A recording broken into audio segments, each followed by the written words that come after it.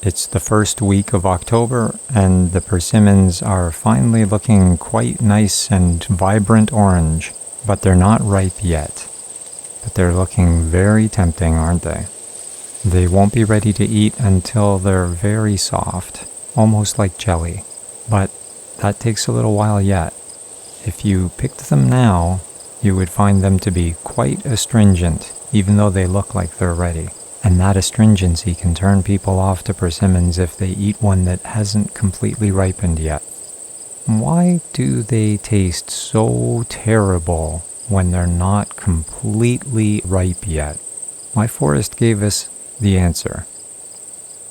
Now that they've changed color, I check on them every day to see if any of them are nice and soft yet.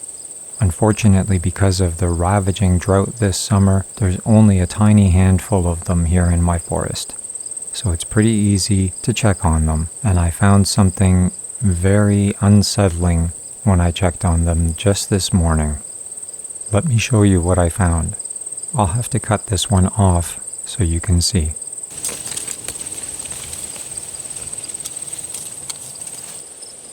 This one got nibbled on by a chipmunk. That's the mark that it leaves with its teeth in the hole. That was the sound of a chipmunk coming to see. Obviously, the chipmunk didn't like what it tasted, because this one is not completely soft yet, and so it's quite astringent.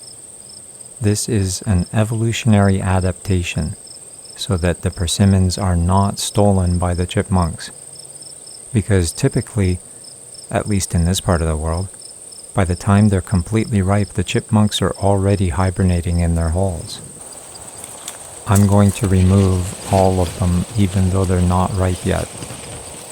Because even though that one chipmunk did taste it and didn't like what he tasted, once they see each other doing this, they're all going to come and check. And so all 6 of my precious persimmons will be destroyed by the chipmunks. So it's best to actually harvest them all and lay them out in the sun. They will still ripen, and up here on my sun deck they are protected from the chipmunks.